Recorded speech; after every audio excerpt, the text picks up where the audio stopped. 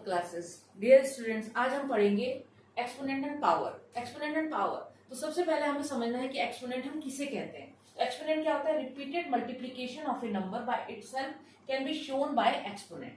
जैसे repeated multiplication of a number, suppose हम कोई नंबर लेते हैं 10 इंटू 10 इंटू 10 इंटू 10, ये हमने किया, तो हम इसको किस तरीके से लिख सकते हैं? हम इसको लिख सकते हैं 10 टू द पावर 4।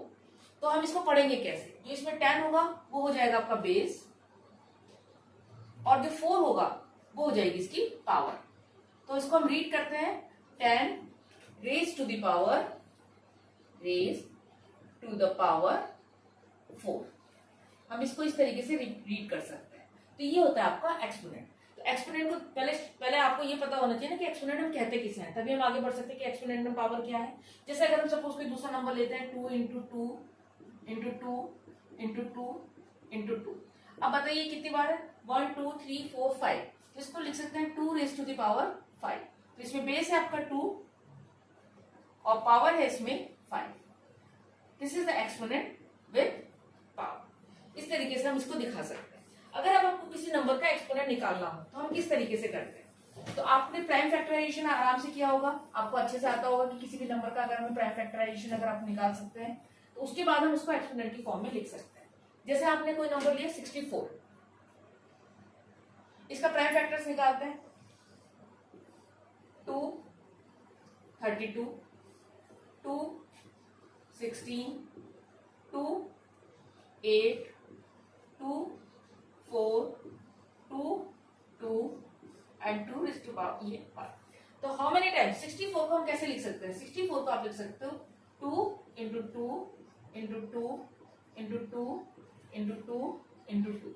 तो ये आपके पास हो गया 64 is equal to 2 raise to the power 6।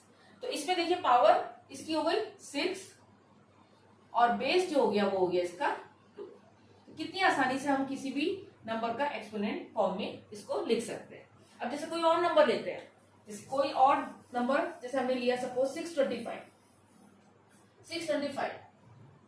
तो फर्स्ट आप इसके प्राइम फैक्टर्स फाइंड करेंगे। जैसे 5 से कट किया तो आ जाएगा 1 2 5, फिर 5 से कट किया इसको आपने तो आएगा आपके पास 25, और फिर 5 से आपने कट किया तो आएगा ये आपका 5, और फिर 5 से आपने कट किया तो आपके पास आएगा ये 1। तो 625 को कैसे लिख सकते हैं? 625 is written as 5 into 5 into 5 into 5। It means 5 raise to the power 4। तो 625 is written as 5 raised to the power 4, raised to the power 4। कितनी आसानी से हम एक्सपोनेंट की फॉर्म में इसको लिख सकते हैं। तो कोई भी जब नंबर दिया हुआ हो, फर्स्ट ऑफ आपको ये देखना है कि उसको एक्सपोनेंट की फॉर्म में कैसे लिख सकते हैं। अब उसके बाद इसके कुछ रूल्स होते हैं। जैसे अगर हमने कोई अल्फाबेट लिया, हम अल्फाबेट को अगर हम लिख रहे हैं 4 टाइम्स, जैसे हमने लिखा a into a into a into a, तो how can you write this? 8 raise to the power 4। Similarly अगर आपने सपोज लिया b into b into b into b into b, तो what is the value of this? b raise to the power 5। तो इस तरीके से कर सकते हैं। बस ये नंबर सेम होने चाहिए तभी आप इनकी पावर चढ़ा सकते हैं। अब यदि आप कहते हैं कि a इंटू ए इंटू ए और आपने किया b इंटू बी, तो हम इसको कैसे लिख सकते हैं? आप इसको a टू द पावर 5 नहीं लिख सकते। इसको आपको क्या लिखना पड़ेगा? a की पावर कितनी है? 1 2 एंड 3, और b की पावर कितनी है? 1 2। तो कैसे लिखेंगे इसको? a raise to the power 3 into b raise to the power 2। अगर दो नंबर आपके डिफरेंट होते हैं, तो अगर दो नंबर डिफरेंट होते हैं तो उसको एक्सपोनेंट की फॉर्म में हम इस तरीके से लिख सकते हैं। अब जैसे कोई भी एक नंबर लेते हैं हम, इसको समझने के लिए कोई भी एक अलग से नंबर ले लेते हैं जिसमें कि आपकी सारी वैल्यूज आ जाए। जैसे हमने 250 लिया, 250 को हम कैसे लिख सकते हैं? तो पहले 250 को हमने डिवाइड करेंगे, ये 2 से कटेगा 2 1 2 5। इसके बाद अगर हम इसे 5 से काटें तो ये आपके पास रहेगा 25, अगेन 5 देन 5 और फिर 5 और ये 1। तो इसको हम कैसे लिख सकते हैं? 250 इज इक्वल, अब देखिए 2 कितनी बार आ रहा है? 2 कितनी बार रिपीट हो रहा है? 2 ओनली 1 बार रिपीट हो रहा है, जबकि 5 कितनी बार रिपीट हो रहा है? 1 2 3 टाइम्स आपका रिपीट हो रहा है। तो इसको हम ऐसे लिख सकते हैं 2 इंटू 5 इंटू 5 इंटू 5। तो कितना आ गया? 2 raise to the power 1 into 5 raise to the power तो आप इस नंबर को इस तरीके से लिख सकते हैं अगर आपके पास दो डिफरेंट नंबर में हो। तो देखिए कितनी आसानी से हम इसको समझ सकते हैं कि अगर आपका 250 हो तो हम उसको किस तरीके से इसमें लिखेंगे। अब जैसे कोई और भी हम एग्जाम्पल ले लेते हैं जिनको कि हमने लिखना है, जैसे 72 अगर आपने करना है सपोज, तो 72 को हम कैसे करेंगे, जैसे first is cut by 2, 36, and then 2, this is 18, and then 2, this is 9, and then 3, this is 3, and then 3, this is 1. तो 72 को हम कैसे लिख सकते हैं, 72 is equal to written as 2 into 2 into 2 into 3 into 3. तो ये आपके पास आ गया 2 raised to the power 3 और 3 raised to the power 2. तो 72 को हम इस तरीके से लिख सकते हैं। तो ये आपका एक्सपोनेंट, अगर किसी नंबर को आपने को एक्सपोनेंट की फॉर्म में करना है तो पहले आप क्या करेंगे, पहले उसके प्राइम फैक्टर्स फाइंड करेंगे। जब आपके पास प्राइम फैक्टर्स आ जाएंगे तो आप उनको देखिएगा कि कौन सा नंबर कितनी बार रिपीट हो रहा है। जैसे 2 यहाँ पे 3 बार रिपीट हो रहा है तो 2 रेज़ टू द पावर 3, और 3 नंबर 2 बार रिपीट हो रहा है तो 3 रेज़ टू द पावर 2। तो 72 को आप इस तरीके से लिख सकते हैं। तो पहले तो सबसे पहले यही समझना जरूरी था कि एक्सपोनेंट हम कहते किसे।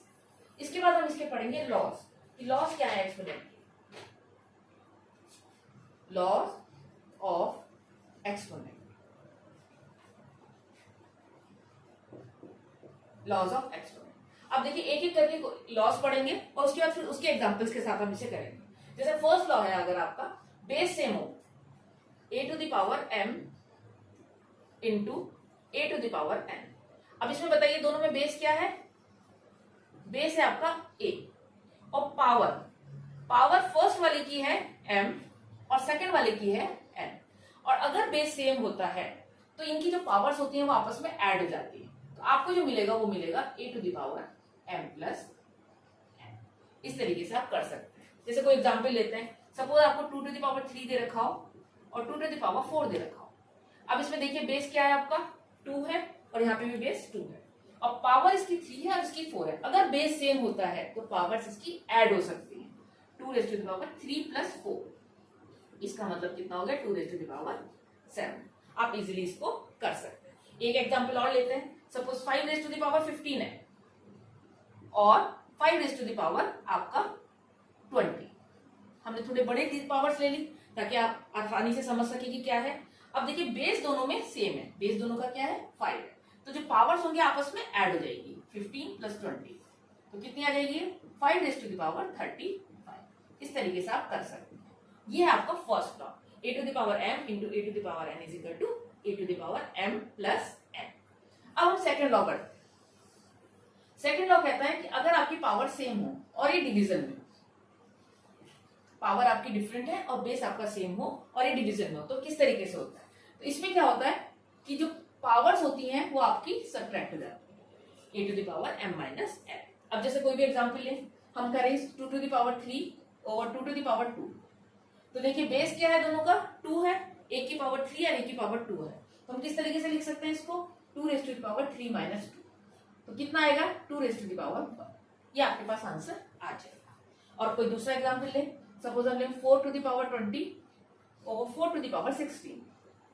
तो हम इसको किस तरीके से कर सकते हैं, देखिए फिर से सेम, बेस आपका सेम है 4 लेकिन पावर इसकी डिफरेंट है, ऊपर वाले की 20 और नीचे वाले की 16। तो हम इसका आंसर कैसे होगा 4 raise to the power 20 minus 16। तो ये आ जाएगा आपके पास 4 रेज़ टू द पावर 4।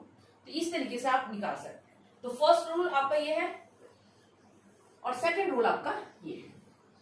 इसके और भी रूल्स हैं, अभी तो फर्स्ट एंड सेकंड को ही एक्सप्लेन किया है, अब बाकी भी हम करते हैं इसके रूल्स को एक्सप्लेन।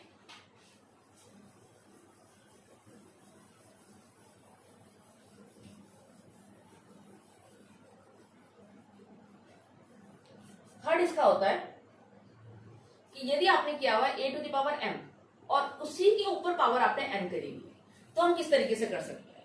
अगर बेस सिर्फ एक हो और दो पावर हो, एक के ऊपर दूसरी पावर, देखिए पावर m के ऊपर पावर n, तो हम इसमें क्या करेंगे, इसमें हम पावर को मल्टीप्लाई कर देंगे a to the power m into n। इस तरीके से आप कर सकते हैं। जैसे कोई भी एग्जांपल लेते हैं 2 टू द पावर 3 और इसके ऊपर हमने लगा दी 4 पावर। अब क्या है बेस तो आपका एक है, एक पावर 3 है, एक पावर 4 है, तो 2 के ऊपर पावर कितनी रहेगी 3 into 4, it means 2 to the power 12 आप कह सकते हैं।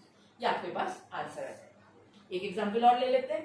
सपोज आपने किया 7 रेज टू द पावर 2 और after that this power is 5, तो what is the value of this? 7 into 2 is 2 into 5. So what is the value of this? 7 raised to the power 10.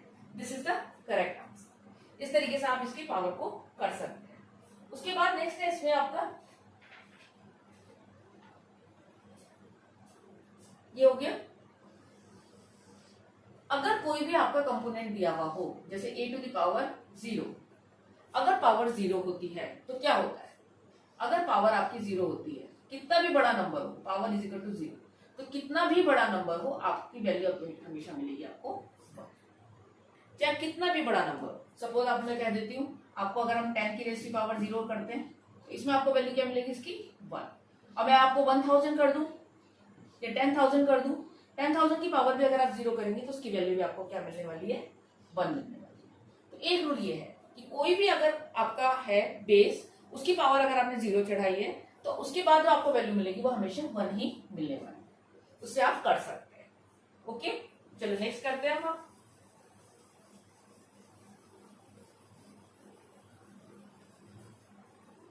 अगर किसी की पावर होती है minus में, जैसे अगर हम कहें a to the power -m, तो हम इसको क्या लिख सकते हैं?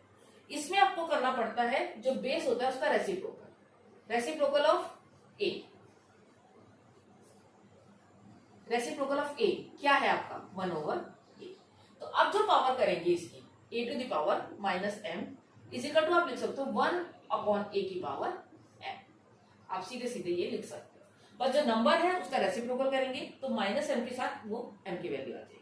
जैसे आपका कोई भी क्वेश्चन हो 2 रेज़ टू द पावर -3, इसकी वैल्यू नहीं निकाल सकते हैं तो पहले इसको पॉजिटिव में कन्वर्ट करना पड़ेगा। तो 2 का रेसिप्रोकल क्या होगा? 1/2। तो ये हो जाएगा आपके पास m। तो आप इसको इस तरीके से भी लिख सकते हैं 1/2, ये पावर है यहाँ पे 3, तो ये हो जाएगी पावर 3। तो कितना हो जाएगा? 1/2 की पावर 3। आप ऐसे भी कर सकते हैं। अच्छा, अब इसमें देखो 1 की पावर 3 आई है। अगर 1 की पावर 3 होती है 1 into 1 into 1 और 2 into 2 into 2, तो 1 into 1 into 1 is 1 और 2 into 2 is 8। तो अब इसकी वैल्यू आप इस तरीके से निकाल सकते हैं। अगर पावर के टर्म्स में देना है तो पावर के टर्म्स में वैल्यू देगी 1/2 की पावर 3, इतना है। अब इसमें एक जो 6 रूल आता है कि अगर हम 1 की पावर कुछ भी करें, अगर नंबर 1 होता है इसकी पावर हम कुछ भी करें, जैसे कि अगर सपोज हमने कर दी 7 कर दी, तो आपको जो आंसर मिलेगा वो हमेशा 1 ही मिलने वाला है। 1 की पावर अगर हमने 1000 कर दी तो भी आपको आंसर क्या मिलने वाला है? 1 ही मिलने वाला है। अब 1 की पावर आपने -1 कर दी तो आपको मिलेगा answer 1/1, it means it is 1। तो कोई भी पावर हो 1 की, आपको हमेशा आंसर क्या मिलने वाला है? 1 ही मिलने वाला है। तो ये आपके लिए 1 के लिए रूल है। तो आप इसको सिंपल ऐसे भी ले सकते हैं 1 raise to the power m is equal to, इस तरीके से आप निकाल सकते हैं। नेक्स्ट है इसमें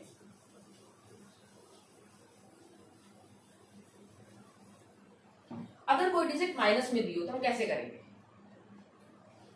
जैसे -2, इसके ऊपर आपने करा माइनस, ये +6 कर दिया सपोज।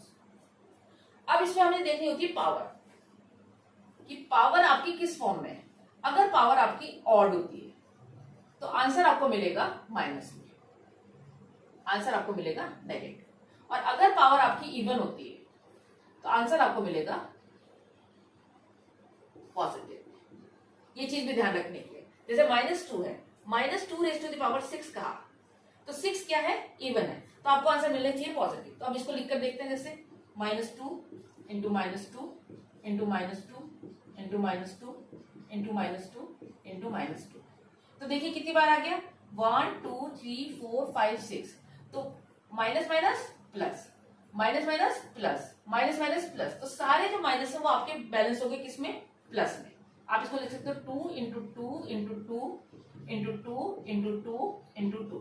अगर आप इसको मल्टीप्लाई कराना चाहते तो मल्टीप्लाई करा सकते हैं। अगर हम एक्सपोनेंट की फॉर्म में लिखना चाहते हैं एक्सपोनेंट की फॉर्म में, बट आंसर किसमें मिलेगा? आपको पॉजिटिव में मिलेगा। इस तरीके से आप देख सकते हैं। ये तो आपका है जब पॉजिटिव में मिल रहा है। अगर कोई पावर होती है नेगेटिव में तो हम कैसे करेंगे? तो इसमें हम जैसे कोई भी ले लेते हैं, -2 के ऊपर ही लेते हैं पावर। -2 के ऊपर आपने सपोज 3 ले लिया, तो ये क्या हो गया? Odd number. अब इसके लिए कैसे करेंगे? -2 इंटू -2 इंटू -2। अब देखिए minus minus plus, plus minus minus, यानी कि 3 टाइम्स हम इसको ऐसे लिख सकते हैं -1⁻3। तो आपके पास 3 बार आ रहा है माइनस, जो है वो 3 बार आ रहा है, और 3 बार माइनस का मतलब है minus into minus into minus. तो जो आपको आंसर मिलने वाला है वो किसमें मिलने वाला है, माइनस में मिलने वाला है। इंटू 2⁻3 हम कह सकते हैं। तो आपको जो आंसर मिलेगा -2⁻3। अगर ये माइनस में होता है तो आपको आंसर माइनस में मिलेगा। अगर इसकी पावर होती है आपकी ऑड, अगर इसकी पावर होती है इवन, तो आपको आंसर किसमें मिलेगा, पॉजिटिव में मिलेगा। ओके, चलिए नेक्स्ट हम करेंगे। इसमें कुछ न्यूमेरिकल्स करते हैं जिससे आप आसानी से इनको कर सकें। जैसे write the exponential form of 8 into 8 into 8 into 8 as base 2। Base आपको 2 लेना है, तो हम कैसे करेंगे? देखिए 8 का पहले तो प्राइम फैक्टर्स निकालेंगे। क्या होता है 2 4 2 2 2 1। तो क्या आ गया, 8 की जगह हम लिख सकते हैं 2 इंटू 2 इंटू 2। इसका मतलब हम क्या लिख सकते हैं 2 की पावर 3। एक 8 की जगह 2 की पावर 3 लिख सकते हैं, तो जितने भी 8 दिए हुए सबकी जगह 2 की पावर 3 लिख सकते हैं। हम लिखेंगे 8 into 8 into 8 into 8 is equal to 2 की पावर 3 इंटू 2 की पावर 3 इंटू 2 की पावर 3 इंटू 2 की पावर 3। अब ये देखिए कि बेस क्या है, सब में सेम है। अगर बेस सेम है तो क्या होगा 3 प्लस 3 प्लस 3 प्लस 3, तो कितना हो जाएगा ये 3 4 12, 2 रेज़ टू द पावर 2। इस तरीके से हम इसको बेस 2 के फॉर्म में लिख सकते हैं। कितना आसान है ये। अब यदि हम और सिंप्लीफाई, अब हम इसके आगे कुछ और क्वेश्चंस करते हैं जिससे कि आपको एक्सपोनेंट क्लियर हो जाए। कि कुछ और क्वेश्चंस में जैसे कि आपका क्वेश्चन है 5 raise to the power 2 raise to the power 3 और divided by 5 raise to the power 4। अब जैसे ये क्वेश्चन है तो इसमें दो रूल लगेंगे। जैसे फर्स्ट था आपका a to the power m और a to the power n, ये तो इसमें क्या आता है a to the power m into n। तो पहला तो हम इसमें ये लगाएंगे, तो क्या हो जाएगा 5 raise to the power 2 into 3 divided by 5 raise to the power 4। तो ये क्या आ गया आपके पास 5 raise to the power 6 divided by 5 raise to the power 4। अब ये डिवाइड में, तो डिवाइड में हमने बताया था आपका a to the power m divide by a to the power n is equal to क्या था a to the power m minus n। तो कैसे लिख सकते हैं हम इसको 5 raise to the power 6 minus 4। तो ये आ जाएगा आपके पास 5 रेज़ टू द पावर 2। कितनी आसानी से हम इसको निकाल सकते हैं। बस आपको जब भी रूल लिखना हो, जब भी रूल अप्लाई करना हो, तो आप एक रूल लिख लीजिए जिससे कि आपका गलत नहीं होगा। अगर आप इस साइड में लिख लेते हैं तो आपका क्वेश्चन गलत कभी नहीं होगा। अब जैसे नेक्स्ट क्वेश्चन हम करते हैं, कोई और क्वेश्चन हो इसी के जैसा, कैसे हम उसको कर सकते हैं। आपके पास है question 2 raise to the power 20 divided by 2 raise to the power 15 into 2 raise to the power 3। This is the question. तो फोर्स इसमें हमने डिवाइड वाला फॉर्मूला लगाना। तो डिवाइड वाला फॉर्मूला आपको पता है a to the power m divided by a to the power n is equal to क्या होता है a to the power m minus n। तो अब इसमें ये वाला लगाएंगे तो क्या होगा, बेस सेम है 2 raise to the power 20 minus 15 into 2 raise to the power 3। तो कितना आ जाएगा 2 raise to the power 5 into 2 raise to the power 3। अब इसके बाद किसमें आ गया मल्टीप्लाई। अगर ये मल्टीप्लाई में आ गया तो कौन सा फॉर्मूला लगाना है a to the power m into a to the power n। तो क्या आएगा a to the power m plus n। ये आपके पास आ गया। तो इसके लिए हम कैसे करेंगे 2 raise to the power 5 plus 3। तो ये हो गया आपका 2 raise to the power 8। This is the correct answer. कितनी आसानी से हम, बस आपको रूल्स फॉलो करने हैं। जो भी रूल्स लगा रहे हो उसको आप साइड में लिखो और उसके बाद आप इस क्वेश्चन को आराम से कर सकते हो। जैसे एक वन वो क्वेश्चन, और दिस इज वेरी सिंपल और very tricky. Suppose question is 2 to the power 0 plus 3 to the power 0 plus 4 to the power 0। अभी मैंने आपको बताया था कि कोई भी नंबर हो, कितना भी बड़ा नंबर हो, जैसे कि 10 है या फिर आपका 1000 है, कितना भी बड़ा नंबर हो, अगर उसकी पावर 0 है तो आंसर आपको क्या मिलने वाला है 1 मिलने वाला है। तो अब देखिए 2 की पावर 0 है तो इसका आंसर क्या मिलेगा 1। 3 की पावर 0 है तो इसका आंसर क्या मिलेगा आपको 1। 4 की पावर 0 है तो आंसर क्या मिलेगा 1। तो आंसर इज, कभी कभी क्या करते हैं बच्चे 2 प्लस 3 प्लस 4 कर देते हैं, उससे क्या होता है आपका क्वेश्चन का आंसर 9 आ जाता है, जो कि आपका गलत है। अगर कोई भी नंबर है जिसकी पावर 0 है तो आपको आंसर आपको हमेशा क्या मिलेगा 1 ही मिलेगा और उससे आप निकाल सकते हैं। ओके, अब नेक्स्ट क्वेश्चन हम करें।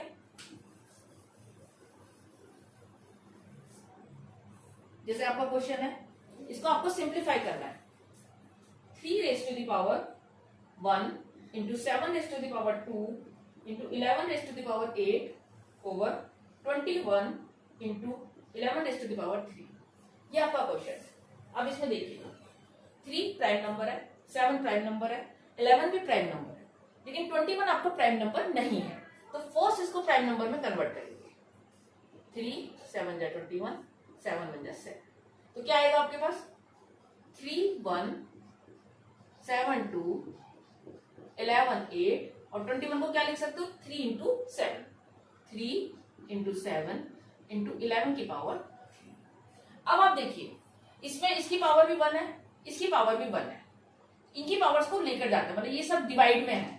डिवाइड में आपका फॉर्मूला लगता है a to the power m over a to the power n is equal to a to the power m minus n।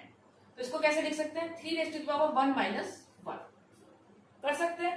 इसी तरीके से 7 के साथ आप क्या लिख सकते हैं 2 माइनस 1, क्योंकि ऊपर पावर 2 है नीचे पावर 1।